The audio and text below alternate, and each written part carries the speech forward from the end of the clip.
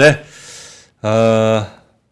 이분과 함께 우리 시장이 지금 강세장으로 전환되는 건가 그런 이야기 한번 나눠보도록 하겠습니다.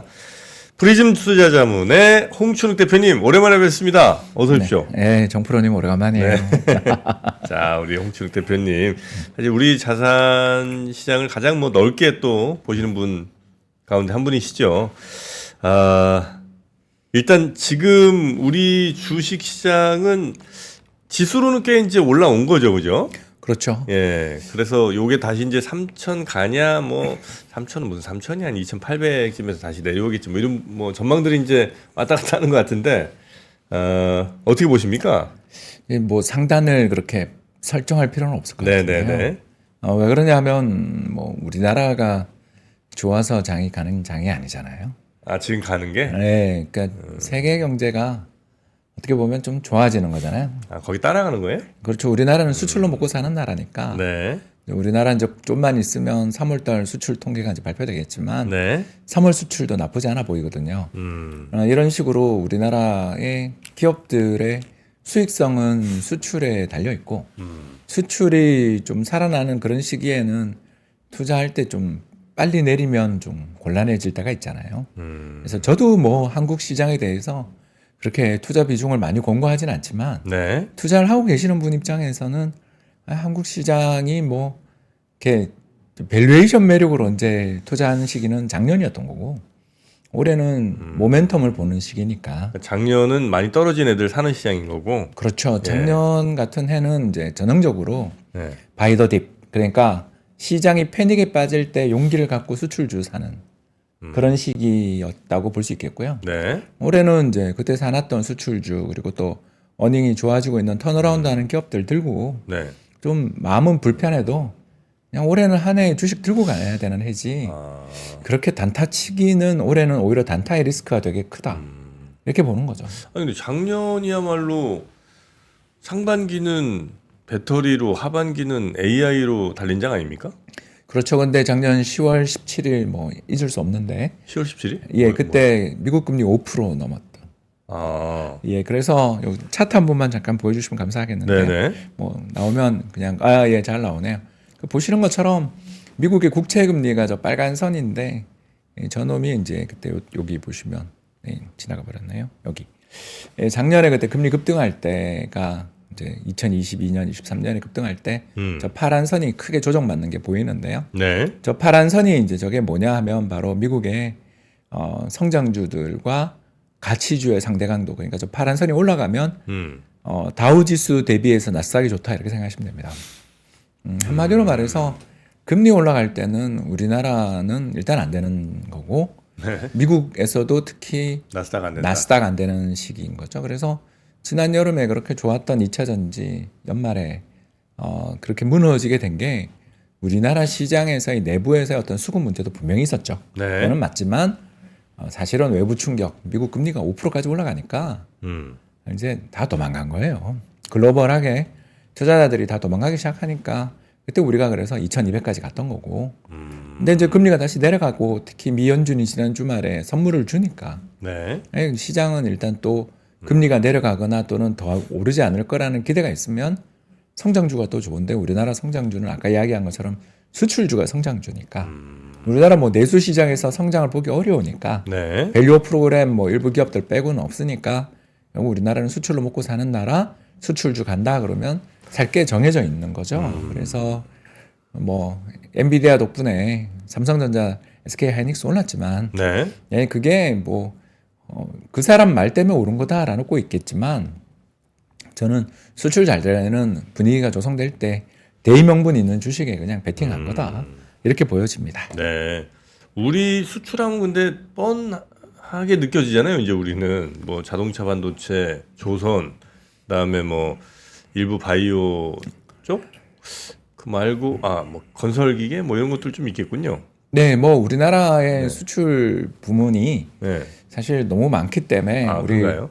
이제 정프로님 말씀대로 핫한 거는 당연히 방금 이야기한 거고요. 네. 여기다 또 방산도 방산. 예, 수출주로 봐야 되고, 또 최근 연봉 순위 이런 거 나왔지만 네. 석유화학 업종이 우리나라에 또 2등에서 한 3등 사이에 있는 석유화학인데 뭐 될 게 있어요? 석화에서 우리가 이제 기름을 사와서 네. 휘발유를 만들고 또 디젤유를 만드는 건 잘 아실 거고요. 네. 그걸 우리나라 내에서 다 소화를 못해요. 네. 그래서 그걸 다 수출합니다, 대부분. 네네네. 예, 그리고 더 나가서 이제 그걸 정제하면서 나프타 쪽에 있는 네네네. 각종 에틸렌부터 시작해서 각종 석유화학 제품들을 갖다가 정제한 것들을 이제 여전히 괜찮아요, 그쪽이? 아니, 그러니까 괜찮다 안 괜찮다는 우리가 알 수 없는데 네. 유가 오를 때 나쁘지 않아요. 아. 왜 그러냐면 싸게 수입을 했던 그 제품을 가격 인상해서 팔 수 있는 기회도 있는데다가 네. 우리나라 기업들이 생산성이 또 좋은 편이에요. 네네네. 그러니까 또 이 물건들의 특징이 무겁잖아요. 그래서 바닷길로 네. 수송이 잘 되는 곳에 우리가 그래서 여천에 있는 거고 울산에 있는 거죠. 그래서 세계 경제가 살아난다 그러면 석유화학 제품에 대한 수요는 생길 수밖에 아, 없고. 그렇습니까? 네, 그렇기 때문에 좋다 나쁘다라는 말은 저도 잘 모르고 업황은 그쪽 애널들한테 물어야 되지만 전 매크로를 보는 입장에서 대체로? 유가 오를 때 석화 산업이 나쁜 걸 본 적이 없어요. 그래서 중국이 뭐 저도 믿지는 않습니다만 아까 네. 우리 박 의원님 잘 이야기하셨지만 그리고 권순 의원 잘 이야기했지만 중국이 이구환신을 제대로 할지 안 할지는 아무도 모르지만 아무튼 중국이 뭔가 해보겠다고 저렇게 이야기할 때는 중국 쪽 수요가 좀 살아나지 않겠냐 그러면 제일 먼저 봐야 되는 업종이 철강이랑 화학이라는 이야기죠. 네네네네. 일단 뭐 아까 말씀해주신 것처럼 미국 금리랑 그 나스닥과 S&P의 뭐 상대 강도 뭐 이런 것들 비교해 보면 역시 금리 영향이 굉장히 큰데 금리는 앞으로 뭐 경론 대체로 좀 정해진 거라고 봐야 되는 거죠? 네, 연준이 이번에 선물을 크게 줬죠. 저는 사실 저도 틀렸고요. 저는 연준이 이번에 올해 금리 3번 인하가 아니라 2번으로 조정할 줄 알았어요. 왜 그러냐면 최근에 나오고 있는 미국 경제 지표가 너무 잘 나와요. 네. 그래서 올해 성장률이 이대로 가면 2.5도 나오지 않을까 싶을 정도로 미국 경제 좋은 데다가 인플레 압력을 좌우하는 게 또 그 집세, 월세인데 네. 월세 쪽이 앞으로 물가가 안정되기는 지금 쉽지 않거든요. 이 두 가지를 생각해 보면 제가 연준 의장이라면 이번에 상을 치웠을 것 같은데 네. 쉽게 얘기해서 이제 수르를 뺐을 것 같은데 이번에 안 빼고 그냥 올해 3번 대신에 내년에 인하는 2번 줄일게. 뭐 이런 식으로 톤 조절한 정도로 했다라는 건 네. 연준이 아직 인내심을 가지고 있는 시기고 자산 시장이 약간 거품기는 있지만 그래도 연준이 상을 바로 치우진 않고 상을 엎지는 않았으니까 나쁘지 않은 정도. 그래서 금리는 좀 빠지지 않겠냐. 뭐 금리 빠질 때 사실 기술주 나쁠 거 없고 테크 네. 기업 나쁠 거 없으면 한국도 대명분이 그쪽에 가면 우리도 상대적으로 싸지 않냐 이러면서 따라갈 거다. 이런 뷰인 거죠. 아, 그렇습니까? 아, 근데 진짜 그 뭐 미국이 이제 경제 성장이 어느 정도 되면 또 물가도 이제 같이 갈 거 아니에요. 그렇죠. 아, 근데 미국에 계신 분들 얘기 들어보니까 진짜 물가가 살인적이라는 표현이 좀 그렇긴 한데 어마어마하더라고요. 둘이서 뭐 맥도날드가 아닌 그냥 햄버거 파는 식당 가서 이제 햄버거 둘이 먹고 나오는데 그냥 10만 원이래요. 그럼요. 기본. 뭘 먹어도 대충 한 10만 원은 그냥 둘이서 먹으면 10만 원 아주 저 소도시 아닌 이상은 웬만한 좀 도심 지역 같은 데는 네. 그냥 10만 원 넘어간대. 거기다 또 팁 문제까지 있으니까요. 그러니까 예. 그래서 야, 그렇게 만약에 저 먹고 살려면 이게 소득이 그만큼 따라줘야 되는 건데 뭐 그만큼 되나 이게 계속 가능하나 한번 생각이 좀 들긴 하더라고요. 예. 맞는 말씀이십니다. 어마어마하게 하여튼 물가 좀 올라가고 있고 사실 우리나라도 뭐 꽤 많이 지금 올라가고 있는데 그럼 지금 이제 우리가 좀 약간 조심해야 될 뭐 리스크랄까요? 어떤 것들 조금 조심하면서 뭐 투자에 좀 임하면 좋겠습니까? 아니 너무 장이 좋은 게 제일 걱정이죠. 뭐. 장이 지금 그렇게 좋은 거예요? 우리는 체감 못하는 건 네. 맞고요. 미국 장? 예, 국장은 좀 힘든데 네. 유럽, 미국, 일본이 역사상 최고치예요. 네. 예, 유럽의 스탁스 지수라든가 미국 지수 그리고 일본 니케이 지수가 역사상 최고치니까 이걸 보여주는 지표가 지금 그림 좀 보여주시면 감사할 텐데 미국의 그 정크본드 스프레드라는 건데요. 여기 끝 부분만 살짝 저 노란 선으로 영역되어 있는 게 저게 뭐냐면 그러니까 더블 B 등급 그러니까 투기 등급이에요. 네. 그러니까 이 회사는 한 10년에 20개 투자하면 한두 개 망한다 싶을 정도로 대단히 위험한 회사들입니다. 근데 그 회사가 미국 국채 대비해서 금리 얼마 더 줘야 저걸 삽니까? 그래서 저렇게 묻는 거죠. 스프레드라는 건데 이게 지금 역사상 최저 레벨입니다. 저게 의미하는 바는 예, 투자자들이 네. 간이 커진 거죠. 그러니까 기업이 부도나거나 청산되거나 파산할 거라는 생각은 1도 안 하고 예? 와 이거 금리 너무 높은 거 아니야? 아. 지금 정부 정책 금리가 5.5인데 예? 와 얘 7% 준대 예를 들어서 음. 보면서 사는 거죠. 근데 그 회사의 역사적인 파산 리스크, 파산 위험들을 생각하면 사실은 한 4%에서 3% 차이는 더 이자를 줘야 사람들이 역사적으로 지난 한 4, 50년 샀는데 지금은 1%대에서 2% 초반 정도만 줘도 득달같이 덤벼들어서 전부 회사채 공모를 하고 있는 거죠. 한마디로 말해서 이게 이제 금융시장의 참가자들 입장에 보면 얼마나 장이 좋은지를 보여주는 지표입니다. 그러니까 투자자들이 점점 지난주 레딧 보셨잖아요.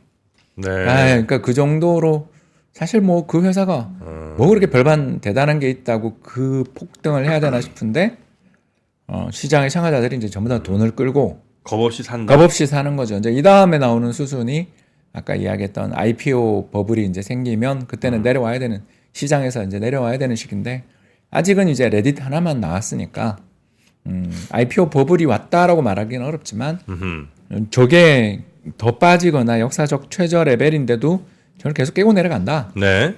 그러다가 갑자기 뜬다 이러면 여기 그림 이 끝부분인데요. 역사상 최저 레벨인데 이게 급반등하는 시기가 나오면 네. 2020년 같은 일도 나올 수 있고 또 2014년, 15년 같이 저렇게 시장에 조정이 나올 수 있으니까 저건 한번 좀 보시면 좋을 것 같아요. 그래서 구글에서 그냥 별거 없어요. BB 치고요. 한 칸 한 다음에 스프레드 치면 저 차트를 바로 볼 수 있거든요. 네. 요새 뭐 인터넷에 모든 정보가 공개되어 있는 세상이잖아요. 네네네. 그래서 저희들 이코노미스트 엣지가 사라지고 있는데 아니 사실이죠. 뭐. 네. 저보다 더 분석 잘하시는 분도 많은데 이제 저야 네. 이거 오래 했으니까 저게 저렇게까지 떨어질 때가 시장이 정말 좋을 때니까 일단 지금은 저는 뭐 시장을 즐길 때고 저게 급등하기 시작하면 그때 또 나와서 탈출해도 괜찮아요? 그러니까 물릴 수는 있지만 네. 크게 물리진 않는다. 왜냐하면 지금부터 봐도 이익 본 거에서 손실이니까 이제 그때 못 내려가면 좀 문제가 되겠지만 아니 또 뭐 그때 정프로님이 또 불러주시면 와서 네. 박사님 신호가 나왔나요? 이렇게 물어주시면 요게 약간 올라갈 때 신호일 수 있겠군요. 있죠. 이제 저것만 보는 건 아니지만 그래도 지금 미국 나오는 지표들이 너무너무 좋으니까 그러니까 인플레는 좀 걱정이 되는데 대신 그 제조업 지수나 뭐 이런 게 전 서프라이즈가 좀 나고 있는 중이에요. 그래서 뭐 보면 이럴 때가 제일 지나고 보면 무서운데 그래도 어떻게 하겠어요? 일단 지금은 달리는 기차에서 내리기보다는 타고 있을 때다. 로켓에서 타고 있을 때다. 그리고 우리 국장도 참 좋지만 지금은 글로벌 장이 너무 좋으니까 그쪽 장 동향을 보시라는 이야기죠. 아니 뭐 때문에 이렇게 좋은 거예요? 진짜 이해를 못 하겠네. 이해가 안 좋을 게 되죠. 없을 것 같은데. 이게 사실 뭐 모든 건 유동성 금리인 거잖아요, 그죠? 우리 아까 서두에 미 연준이 지난주에 선물을 그렇게 크게 줄 줄은 저도 몰랐고 저도 완전히 쇼크였고요. 네. 두 번째는 일본 중앙은행 금리 인상했는데 사고가 날 줄 알았잖아요, 우리 그죠? 일본 중앙은행 금리 인상하면 그때부터 N 강세다. 뭐 우리 이렇게 봤잖아요. 네. 근데 N 강세는 개뿔 죄송합니다. 달러 강세잖아요. 네. 그러니까 이게 시장의 참가자들이 저 일본 중앙은행이 금리 인상하면 이제 시장이 조정받을 거야 그랬는데 안 받으니까 이상한데 하고 또 미연준이 선물까지 주니까 지금 일단 시장 분위기는 그렇다면 로켓은 아직 이게 우리가 2단 로켓인 줄 알았는데 3단인가 보다. 아직은 한 번 더 있나 보다. 엔진 더 있다. 이런 기분을 좀 가지는 것 같아요. 네네. 근데 이제 미국 같은 경우에 뭐 개인들도 그렇고 기업들도 이게 부채 규모가 좀 너무 크진 않나요? 괜찮아요? 맞습니다. 부채가 엄청 많아요. 그래도 괜찮아요? 이제 그게 경제에 문제가 없는 거죠. 그래. 이게 이제 슬픈 이야기인데 그림 한번 보여주시면 네. 감사하겠습니다. 참. 제일 무서운 게 이거죠. 이제 제 여기 노란 선이 보이시죠? 이게 뭐예요? 컨슈머 크레딧 보이시죠? 저게 네. 이제 뭐냐면요. 저게 신용카드예요, 신용카드. 리볼빙 서비스. 미국 사람들 리볼빙 많이 쓰잖아요. 네. 리볼빙 서비스를 보는데 전체 사용 잔액에서 노란 비중이 되게 적죠. 저 노란 선이 뭐냐면 소득 순위 상위 10%가 가지고 있는 크레딧을 의미하는 거예요. 신용을. 네. 그러면 대부분 누가 들고 있냐면 여기 하위 50. 하위 50%인데 이제 조금 올라가면 여기 모기지라고 보이시죠? 네. 이건 이제 고정금리 대출로 가면 이제 상위 10%가 조금 비중이 늘죠. 그리고 반대로 하위 50%는 거의 대출을 못 받는 걸 알 수 있어요. 잔액 기준. 그리고 마지막에 이제 파이낸셜 에셋 예금이죠. 예, 여기 예금에 가면 상위 10%가 다 가지고 있죠. 네. 그러니까 이게 시사하는 바가 뭐냐면요. 우리보다 거기가 못 사는 나라라는 걸 한 방에 알 수 있어요. 그러니까 무슨 말이냐면 1인당 국민소득은 미국이 우리보다 높지만 그 사람들 중산층이라고 해야 될까요? 그러니까 1등부터 100등까지를 놓고 봤을 때 네. 50등에 해당되는 사람은 우리보다 못 사는 거죠. 그만큼 양극화가 심한 나라고 굉장히 예전부터 이런 게 심화된 나라라는 걸 말씀을 드리는 거죠. 실제로 1인당 그 중위 순자산, 그러니까 뭐냐면 부채를 뺀 순자산 기준으로 해서 보면 한국이나 미국이나 더 찐 게 찐이거든요. 네. 그러니까 우리도 1억, 일본도 1억, 미국도 1억이에요. 그러니까 1억이면 개인 순자산 기준 1억 가지고 있으면 우리나라 상위 50%고 미국 가도 상위 50%예요. 아, 그래요? 예, 그런 나라죠. 미국은 원래 그런 나라죠. 그러니까 왜 이런 게 펼쳐지냐 하면 그 이민 때문에 그래요. 예, 그 국경 타고서 매년 지금 얼마 정도가 넘어오냐면 200만에서 300만이 넘어와요. 매년? 예, 매년. 그리고 영주권 받은 사람이 한 100만. 그리고 이제 뭐 다시 돌아간 사람까지 하면 전체 인구가 매년 한 1%씩 300만씩 느는데 이 사람들이 어디 가서 일하겠어요? 그쵸. 팁 달라고 하는 직업을 일하잖아요. 그러니까 저소득 쪽이죠. 네. 그래서 경제 자체가 어떤 이제 일이 벌어지냐면 테크 쪽에 있는 우리 아까 이야기했던 뭐 마가, 팡 아니면 매그니핏 세븐 뭐 아니면 뭐 드림포 다 좋아요. 이런 데 일하시는 분들은 당연히 기본 연봉 20만 불에서 시작하시는 분들 계시죠. 근데 이제 그분들을 제외한 이런 테크나 바이오나 커뮤니케이션 쪽에 근무 안 하는 분들은 네. 우리보다 훨씬 못 사는 거죠. 왜냐하면 물가가 높으니까. 그래서 구매력 기준으로 보면 이 사람들이 저축을 못 하는 거죠. 네네네. 그래서 문제가 뭐냐면 지금 시장 금리는 내려가지만 정책 금리는 내려가지 않는데 정책 금리는 어디다 연동되냐 하면 오토론, 스튜던트론 그리고 카드론에 연동되는 게 정부 정책 금리. 그러니까 정부 정책 금리가 왜 중요한지 아셨죠? 네. 이게 대출 금리가 아니고요. 만기가 되게 짧은 그리고 돈 없는 사람용 대출 금리는 전부 정책 금리에 연동돼요. 근데 거기 금리가 지금 너무 높은 거죠. 너무 높으니까 당연히 미국의 개인 연체 파산이 급증하고 있고요. 개인 연체 파산이 급증하고 있는 반면에 부자들은 좋죠. 장이 좋으니까. 자, 그런 상황에서 미 연준이 누구를 보고 지금 정책을 써야 되냐면 하위 50%를 보고 정책을 쓸 수밖에 없잖아요. 어쨌든 표는 그쪽에 있으니까. 한 명이 한 예. 명이니까. 네. 예, 거기를 생각해서 결국 이번에 시장이 부담스럽고 경기가 너무 과열되어 있다 싶은데도 아직도 아랫목에서 윗목으로 경기가 좋아진 게 없으니까 네. 결국 금리를 인하해서 이 사람들의 고통을 털어주겠다라고 이야기하니까 부자가 만세 부르고 있는 거죠. 아, 부자들은 또 좋네. 또 좋죠. 네. 네, 특히 이제 위기가 왔을 때 네. 경제가 어려울 때 부자들도 함께 자산을 많이 들고 있으니까 다치지만 네. 지금처럼 바닥 찍고 작년이라고 봐야 되겠죠. 작년에 바닥 찍고 이렇게 시장이 오르기 시작할 때는 경기가 좋아진 게 없는데 장은 왜 저러냐? 이렇게 소외감 느끼고 또 더 나가서 이 돈 없는 사람들은 투자를 하고 싶어도 전부 신용카드 서비스 쓴 거 리볼빙 서비스 갚으려면 돈이 없으니까 네. 투자할 여력도 없고 이제 이 과정에서 사람들이 불만을 느끼죠. 네. 그리고 이 불만을 느낀 사람이 누구한테 표를 줘요? 트럼프죠. 그럼 트럼프가 이렇게 얘기하잖아요. 이건 네 잘못이 아니야. 이민자들 때문이야. 그리고 죄송합니다. 중국 때문이야. 동아시아 국가들 때문이야. 라고 이야기를 해주니까 속은 시원하고. 속은 시원하니까 트럼프를 그렇게 좋아하고 중년 백인들의 지지율 이런 거는 뭐 전혀 내려가지 않고 그렇죠. 네네네네. 그러면 트럼프 당선 가능성을 좀 높게 보시겠군요. 저는 일단 베이스 시나리오다. 그러니까 이제 베이스 시나리오인 거죠. 당선이? 예, 당선이. 아, 그래요? 왜냐면 샤이 트럼프가 너무 많은 거 우리 다 아니까. 그러니까 남들 앞에서 저 트럼프 지지해요라고 말하는 사람들은 그렇게 많지 않을 거고 그때 지나고 생각해 보니까 네. 2020년 대선도 바이든이 압승할 줄 알았는데 박빙이었잖아요. 마지막에 저 트럼프가 선거 조작 이야기하고 그랬잖아요. 기억나시죠? 이제 우리가 그런 걸 볼 정도로 미국 사람들은 트럼프를 좋아해요. 미국 사람들에게 보면 자기가 원하는 이야기, 그러니까 그게 진실이냐는 중요하지 않잖아요. 네. 저 장벽을 넘어오고 있는 저 멕시칸들이 펜타닐 수입해서 우리를 다 죽이고 있고 1년에 8만 명씩 죽이고 있고 사실이냐를 떠나서 그들이 그렇게 인식하고 있다는 그렇죠. 거죠. 그 듣고 싶은 이야기를 해주는 거죠. 그리고 당신이 이렇게 못 사는 건 저 중국 때문이야. 이렇게 이야기를 하는 거죠. 그리고 그 사람이 지지율이 높잖아요. 그리고 뭐 바이든이 현직으로 이렇게 경기가 좋아도 지지율에서 박빙이다라는 건 선거 때 굉장히 위험하다는 이야기다. 이렇게 말씀드린 거죠. 사람들이 속이 뻥 뚫리는 얘기를 해주니까 듣고 싶은 얘기 해주는 사람한테 아마 대통령직이 갈 것 같고요. 물론 이제 바이든도 뭐 그런 뭐 사람들이 듣고 싶은 얘기 많이 하긴 합니다만 그 경쟁에서 일단 트럼프가 좀 앞서는 것 같고. 자, 그러면 미국의 말씀 주신 것처럼 그 저소득층의 부채 뭐 이런 것들이 이제 좀 심각한 상황이면 요게 이제 터질 수도 있잖아요. 요건 터지더라도 자산 시장에 큰 영향은 안 주나요?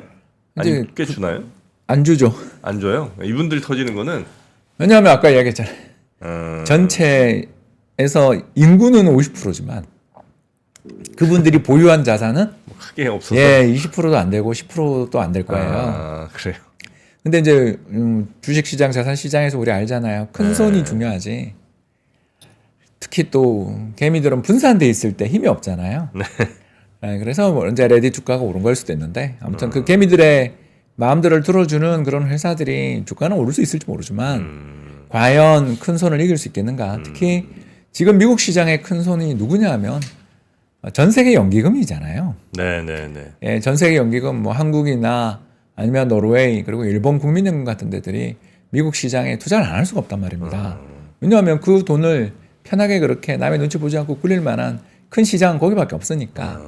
그러니까 들어가 있는 그 사람들 입장에서 기업들이 돈을 잘 벌고 금리가 어떻게 되느냐가 관심이 있지. 저기 지방은행들 NYCB 뭐 이런 거 있잖아요. 거기가 어떻게 되냐에 대해서 특히 그분들이 거기 투자를 하겠어요? 그러니까 그 전세계 연기금도 생각해 보니까 뭐 예를 들어 어디 라오스 뭐 이런 데 이제 투자하면 나중에 이제 안 좋게 결과 나오면 야, 너 뭔데 라오스 이렇게 투자해 갖고 막 이렇게 수익률 엉망으로 만들 이럴 수 있는데 미국에 투자한 거 갖고 누가 뭐라고 안 할 거. 그렇죠. 그러니까 그냥 미국에는 리스크 관리위원회에 누가 들어오는지 아세요? 이사장님이 들어오세요. 본부장님이 안 들어오고요. 그러니까 그 위에 분이 들어오시거든요. 그러니까 전직 장관님 또는 전직 뭐 국회의원이 들어온다고요. 그분들은 당연히 이 운용에 대해서 어떻게 생각하시겠어요? 이렇게 쳐다보시거든요. 저놈들이 뭐하고 있나에 대해서 불안하시거든요. 근데 하나 딱 걸렸어요. 이놈 봐라. 군기 잡으려고 들거든요. 그게 이제 리스크관리위원회에서 저희들 매니저들 운용력들이 가서 속상하고 힘든 게 뭐냐 하면 나는 이 종목이 엣지다 싶어서 투자를 했다가 성공한 거에 대해서는 칭찬은 없는데 그쵸? 인센티브도 없죠. 근데 문제만 생기면 득달같이 나타나서 너 나쁜 사람, 너 뭐 받았냐 이래버리면 재미가 없죠. 지금 제가 이야기한 기관은 뭐 어디라고 이야기는 안 했죠. 아무튼 그러니까 이런 리스크들이 존재하는 시장에서 그 매니저들이 가지게 되는 가장 큰 고통이 뭐냐면 바로 그 사바나의 얼룩말골이라고 저희들이 이야기하는데 사바나의 얼룩말골은 또 뭐예요? 그쵸. 이제 그 우리가 한 1000마리 되는 얼룩말이에요. 이게 매니저의 세계입니다. 1000마리 정도 되는 얼룩말이 집단이 있는데 외곽에는 좋은 풀이 있어요. 우리 집단이 있는 요 돌판에 외곽엔 맛있는 풀이 있어요.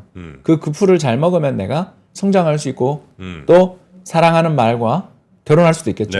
자, 그런데 문제는 뭐냐면 그 외곽에는 하이에나와 사자가 있어요. 위험 요소가 위험 요소가 있죠. 반대로 무리의 가운데에 앉아 들어가면 안전빵인데 안전빵이지만 대신 풀이 없어. 풀이 없죠. 왜냐하면 다 짓밟혔으니까. 그리고 그 무리들이 거기서 다 먹고 있으니까. 자, 이게 펀드 매니저의 가장 큰 리스크거든요. 그래서 펀드 매니저들 입장에서 늘 강요당해요. 무리의 가운데에 갈 것인가 외곽을 갈 것인가. 그리고 대부분의 위대한 투자자들은 당연히 외곽에 계시죠. 왜? 발이 빠르니까 사자가 덤벼들어서 나를 물기 전에 도망갈 수 있으니까. 그런데 100번 잘하더라도 한 번만 물리면 끝장이죠. 그렇기 때문에 대부분의 매니저들은 특히 거대 자금을 운영하는 매니저는 무리의 가운데 있기를 원해요. 그러니 작은 종목을 사기가 어렵습니다. 그래서 하이에나에게 물리는 순간 자기는 끝장이니까 리스크 관리위원회에 불려가는 순간 혼나니까 이렇게 이야기하면 결국 전 세계에 이 어마어마한 전 세계 국민들이 내는 국민연금료가 착착착착 쌓여서 왜 인덱스 펀드의 대형주로 돈이 들어가는지 그 비유입니다 이게. 네네. 자, 그래서 하여튼 미국 시장은 별로 이렇게 언제 꺾일지도 모르겠는데 왜 올 초 특히 작년 후반부터 그랬고 하여튼 일본 시장이 굉장히 지금 좀 관심을 많이 받고 있잖아요. 그래서 우리도 일본에 투자하신 분들 주변에 꽤 계세요. 예, 뭐 무슨 뭐 일본 채권에 일본 채권이 아니다. 일본 뭐에 투자하셨더라도 하여튼 뭐 이렇게 뭐 환전해서 뭐 투자하셨다는 분들도 계시고. 그렇죠. 요 분위기는 어떻게 조금 더 갑니까? 저는 일단 일본에 대해서 네. 향후 5년간 가장 미래가 밝은 나라다. 5년간요? 예, 그러니까 향후 5년 정도를 놓고 볼 때, 네. 그러니까 저희들 이코노미스트의 가장 큰 문제가 뭐냐면요. 네. 저희들은 방향은 좀 잘 잡아요. 근데 타이밍을요. 타이밍 잡는 기술이 없어서 네. 저도 그러니까 리스크 관리위원회 구경을 했을 거 아니에요. 한마디로 말해서 저희는 앞으로 먼 미래 내가 인내심을 가지고 좀 미래를 본다면 어디가 좋을까 이렇게 물으면 그건 뭐 거의 틀림없이 맞추는데. 예, 일본이 지금 선진국 중에서 제일 매력이 있다라는 건 알겠는데 네. 언제 들어가야 되냐 이거는 제가 잘 모르겠죠. 일본이 매력이 왜 있어요? 두 가지 이유 때문에 그런데요. 첫 번째는 일단 미국이랑 너무 친해요. 이거 진짜 느끼지 않아요? 아, 진짜 그렇죠. 예, 달러에 대한 엔화 환율이 150엔에 있는데 미국이 일본한테 뭐라 그러진 않아요. 네. 또 심지어 지난번 트럼프는요. 네. 아베랑 엄청 친했잖아요. 기억나시죠? 아유, 뭐 거의 뭐 예. 푸던 느낌이었죠. 거의 그냥 네. 친구였어요. 그죠? 그리고 보나마나 다음 뭐 일본 수상, 지금 현재 수상이나 다음 수상도 아베의 그 인맥들을 다 가지고 있는 사람들이고 가서 아유, 아베 형님이 돌아가셨지만 제가 저기 트럼프님에 대해서 많이 말씀 들었습니다. 이러고 가면 이게 N이 정말 초강서로 갈 것 같지는 않단 말이에요. 네. 우리 좀 살려주시고 이제 30년 불안 끝에 이제 살만한데 미국한테 저희 말 잘 듣겠습니다. 대신에 우리 통화 공급 확대 정책 이런 거 좀 봐주세요. 봐주세요. 이거 네. 할 것 같고 이제 두 번째가 지금 그림 때문인데요. 네. 노동시장이라는 게요, 뭐 별게 아닌데 한번 방향이 정해지면 잘 안 바뀌어요. 그게 이제 노동시장의 여건인데 이게 이제 뭐냐면 일본의 임금 상승률입니다. 아. 예, 지난 1990년에 한 5% 정도 가던 나라가 계속 1% 0을 가고 있었죠. 그러다가 올해 지금 추정치인데 5% 넘은 것 같아요. 자, 이러면 네. 이게 노동시장이라는 건요. 추세가 형성되면 이게 네. 무서워요. 왜냐하면 올해 임금 올리잖아요. 그럼 내년도 올해 임금 올린 것처럼 생각해요. 사람들의 기대가. 그리고 그런 기대들이 한번 형성되면 오래 가거든요. 네. 그런데 미국이나 우리나라나 다른 나라들은 전부 노동시장에서 아까 이야기한 것처럼 저기 이민자 문제도 있고요. 한국 같은 경우에는 로봇이랑 경쟁하고 있다라면 일본은 보시면 알겠지만 그 베이비붐 세대들 은퇴는 이미 한 10년 전, 20년 전에 다 했고 네. 젊은 사람들한테 펼쳐져 있는 일자리는 굉장히 적었는데도 임금을 못 올린 건 네. 디플레 리스크 때문에, 디플레 분위기 때문에 그랬던 건데 이제 이걸 올린 거예요. 그러면 이거 올리면 어떤 일이 벌어지냐면 우리랑 달리 일본은요. 전체 GDP에서 차지하는 수출 비중이 20%가 안 돼요. 아, 내수. 네, 내수 비중이 엄청 커요. 네. 근데 그 내수가 그동안 왜 안 됐냐를 물으면 임금이 안 올라서라는 거잖아요. 이 그림 보시면 알겠지만 소비자 물가 상승률이 한 2% 나오고 1% 나오는데 그보다 임금이 적은 거잖아요. 이런 나라가 이제 임금이 오르기 시작해요. 그러면 소득이 증가하죠. 네. 소득이 증가하기 시작하면 사람들이 첫 해는 안 믿어요. 아, 두 번째부터 막 쓰는. 그렇죠. 작년부터 임금이 오르기 시작했지만 네. 올해 내내 일본 뭐 별로 안 믿었을 거예요. 그런데 네. 올해도 오르고 내년도 오른다라는 신뢰가 점점 형성되면 이때부터 그 어마어마한 1억 총중류 사회라고 저희가 부르는데 네. 세계에서 가장 중산층이 두꺼운 나라가 일본이거든요. 미국이랑 전혀 다른 나라죠. 아, 그래요. 여기는 세계에서 가장 평등한 나라 중에 하나단 말입니다. 일본이? 왜? 왜냐? 부유층은 다 망했어요. 아, 불신이 다 네, 많아요. 네, 90년부터 한 2000년대 중반 정도까지 해서 네. 은행이 몇 개가 사라졌고 13개 도시은행이 지금 3개 남았잖아요. 네. 그러니까 지방은행 중에도 뭐 홋카이도 척식이니 장기신용은행 다 망했고요. 이 과정에서 얼마나 많은 뱅크런이 벌어지고 금융기관들이 파산하고 대출, 우리 아까 이야기했잖아요. 장기 대출을 받는 사람들은 다 부자인데 네. 아니, 그 사람들한테 대출을 해주던 금융기관이 다 망했어요. 어떤 일이 벌어지냐면 연쇄 파산이 벌어지고 특히 부동산 동경의 상업용 부동산 가격 같은 게 90% 정도 빠졌거든요. 그때 네. 최악이었을 때가 2011년인데 예. 90년부터 한 20년에 걸쳐서 90%가 빠졌어요. 그리고 풀로 레버리지 일으킨 사람은 그 전에 차례 아웃 당했단 말이에요. 그래서 이 나라는 어떻게 보면 얌전하게 예금 들고 있었던 사람만 살아남았고 그 사람들이 되게 많이 이 사회에 아직도 주력이라고요. 거기 노동시장 좋아지죠. 이러면 네. 분위기가 달라지는 거고 분위기 달라지면 기업 실적이 N만 초강세만 안 가면 전제가 그거였는데 그건 제가 트럼프가 되든 바이든이 연임하든 앞으로 한 5년 정도는 일본 미국 관계가 그렇게 나빠질 것 같지 않잖아요. 네. 야 이러면 나쁘지 않죠. 이게 트럼프가 돼도 환에 있어서 뭐 그냥 저희 한 5엔 10엔 내릴게요 정도라면 이 경쟁력이 어디 가는 게 아니니까. 일본은 그래서 앞으로 한 5년 정도는 더 괜찮을 나라로 보고 계신다는 거죠. 하긴 일본은 그러고 보니까 막 그 양극화가 심하다 이런 뉴스는 별로 못 본 것 같긴 하네요. 네, 골고루 못 살게 되는 거죠. 근데 이제 과거에 네. 너무너무 쌓아둔 돈이 많으니까. 그래서 1인당 이제 중위 순자산 아까 이야기 잠깐 했지만 네. 우리가 9만 불인데 일본도 한 10만 불 정도. 그러니까 우리가 1인당 국민소득은 역전했지만 네. 물론 이제 환율로 따지면 뭐 아직은 아니다 그러지만 구매력 기준은 일단 역전한 게 일본 여행 가보면 물가가 싸다는 느낌 들잖아요. 그렇죠. 그럼 우리가 잘 사는 거죠. 그런 거 아니겠어요? 미국 가서 네. 비싸다 느끼면 우리가 아직 미국보다 못 사는 거고. 근데 중위소득인 비슷하다는데 우리가 가서 이렇게 힘들면 미국에 가난한 사람들은 어떻게 사나? 이렇게 이제 예상을 해보시면 되는 거고요. 네네. 그래서 이제 뭐 잠깐만 조금 더 부연 설명하자면 네. 일본에 보유하고 있는 그 자산의 규모가 너무너무 크고 특히 그 엔켈이라고 하는 거래가 있잖아요. 일본의 저금리 엔화를 차입해서 다른 나라에 투자하고 있는 그 돈이 뭐 적게 보시는 분은 4조 달러에서 5조 달러, 많게 보시는 분들은 10수조 달러에 달한다고 보는 그 돈이 수익이 또 엄청나게 잘 났으니까 네네네. 일단 그쪽은 좀 뭘까요? 따뜻해 보인다. 마음이 좀 편하다. 그렇게 볼 수 있는 것 같습니다. 네. 그럼 이제 우리나라에서 만약에 이제 주식을 투자하신 분들이 계시다고 한다면 지금 뭐 아마 대부분들은 그러실 텐데 우리나라에서는 뭐 어느 뭐 기업들은 됐고요. 어느 섹터 정도, 어느 업종 정도가 좀 괜찮을 거라고 혹시 보십니까? 이제 추세를 물으시는 거잖아요. 네. 저는 단기 전망은 꽝이니까 네. 아시잖아요. 그러니까 저는 좀 한 1년에서 5년 정도를 보고 이야기를 네. 하자면 우리나라에서 가장 좋은 섹터는 3개입니다. 예. 이 공통 섹터의 특징이 뭐냐면 90년대 입사한 사람들이 퇴사하는 섹터가 3개인데요.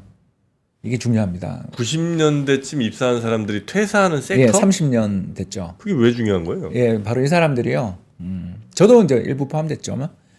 생산성은 별로 안 높으면서 네. 신규 입사자 연봉의 4배를 받는 분들인 거죠.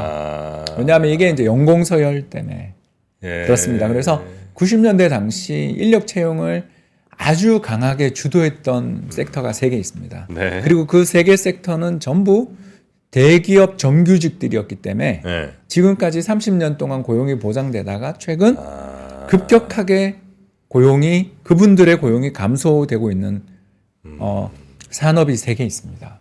뭐예요? 한마디로 말씀드려 앞으로 비용 구조가 획기적으로 좋아지는 업종 첫 번째 유틸리티. 유틸리티. 예, 한전과 그 자회사 그리고 연관돼 있는 각종 에너지 회사들이겠죠. 네. 자, 이 회사들이 이제 90년대에 어마어마한 고용을 했고요. 실제로 그때 우리나라 전력망부터 네, 많이 네, 공사했던 거 기억나시고 또 초고속 통신망 관련도 있었던 거 기억나실 텐데 이제 그분들이 30년 됐습니다. 네. 그래서 거기서 그 최근 사이에 그 장기 근속자의 감소가 최근 몇 년 사이에만 10% 이상의 장기 근속자 감소가 나타났습니다. 두 번째 산업 은행입니다. 네. 역시 90년대 초중반에 한국의 동남은행, 평화은행 등등등 수많은 우리나라의 신규 은행 인허가가 발급되면서 네. 우리나라 역사상 최대 규모의 은행 업종 채용이 있었고요. 저도 이제 그때 금융업권에 있었죠. 이 사람들이 저도 지금 파이어 한 다음에 사업하잖아요. 네. 그런 것처럼 30년 차가 다 됐어요. 그러면서 이분들이 역시 많은 부분, 특히 은행 쪽에서 보험사 쪽에서 많은 분들의 퇴사가 러쉬입니다. 마지막 세 번째 업종이 어딜까요? 예, 자동차입니다. 예, 역시 그때 삼성 자동차의 신규 진입 속에서 우리나라 대규모 공장 건설들이 있었고 당장 네. 광명 소하 공장 같은 경우들이 다 그때 지어졌는데 지금 아시는 바와 같이 현대차 한 회사에서만 뉴스 보도에 따르면 매년 1000에서 1500명 정도의 정년 퇴직 인구가 나오고 있습니다. 네. 물론 이제 이거를 막아보겠다고 정년 연장도 네, 하고 있고 네. 더 나가서 자녀들에게 고용을 색습하기 위해서도 노력을 하고 있지만 네. 잘 안 되잖아요.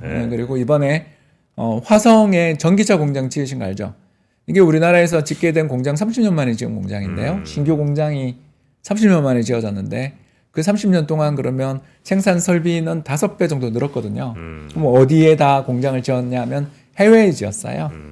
그러니까 이 인건비로는 도저히 답이 안 나오기 때문에 우리가 해외 진출을 했던 건데 이제 국내에서도 채산성이 나오는 거죠. 이 세 산업의 이제 공통점이 바로 뭐다? 판관비 절감, 판매 관리비, 판촉비의 네. 절감이 나타나면서 앞으로 한 5년에서 10년 정도 기업이 매출에서만 크게 깨먹지만 않으면 안정적으로 수익이 우상향할 포텐을 가지고 있는 그런 업종이라고 생각됩니다. 네.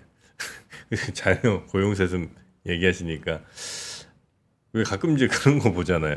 도저히 이 회사 뭐 못 다니겠다고 이제 막 뭐 이거 시가지고 이러는데 그 조건 중에 하나가 자녀 고용해 해달라고 하는 거 보면 아니 그렇게 못 다닐 회사인데 자녀들을 또 이렇게 다니게 하시려고 하는 이유는 뭘까? 약간 좀 이사할 때 있었는데 여튼 그런 자녀 고용 같은 거는 아마 회사에서 받아들이기는 매우 어려울 거고 그러면 정년 퇴직하는 분들이 이제 대거 한 60년대 후반부터 70년대 뭐 한 초중반 요 정도 분들이 이제 근속 연수가 한 30년쯤 돼서 그분들이 이제 많이 임금 많이 받는 분들이 나가면 회사 입장에서는 굉장히 좀 슬림해지고 인건비가 줄어들면서 이익률이 좋아질 수 있다 이런 말씀이신 거군요.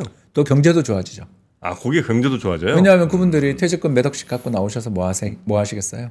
또 카페 차리시는 거 아닌가? 예, 카페 차리시겠지만 이분들은 그 레벨보다 넘어선 어나더 레벨이잖아요. 돈의 현금 흐름 중에서 정해져 있죠. 부동산 사거나 은행 예금이에요. 이분들은 부동산 말고는 투자해 본 적이 없는 분들이거든요. 이분들 취직하자마자 외환위기 왔잖아요. 그러네요. 정말 이분들은 주식에 대해서는 관심이 전혀 없는 분들이고요. 네네. 그래서 은행 예금으로 들어가고 부동산 살 텐데 그래서 미국보다 우리나라 시장 금리가 최근에 굉장히 계속 낮아요. 네네네. 네, 이분들 예금 때문에 그렇습니다. 네. 알겠습니다. 그런 쪽으로 아마 뭐 이렇게 당장 뭐 이번 달 다음 달 이렇게 전망하시는 건 아니고 앞으로 뭐 한 1년에서 한 5년 정도 사이쯤 좀 장기적으로 보신다면 그런 업종이 아마 또 좋아 보인다. 이렇게 지금 판단하신다는 거죠. 네, 우리 홍춘욱 박사님 모시고 오늘 오랜만에 글로벌한 얘기 또 우리나라 이야기까지 같이 나눠봤습니다. 종종 오셔야죠. 네. 자, 우리 홍춘욱 박사님 너무나 감사하고요. 네, 자주 또 뵙겠습니다. 고맙습니다. 감사합니다, 정프로님. 네, 고맙습니다.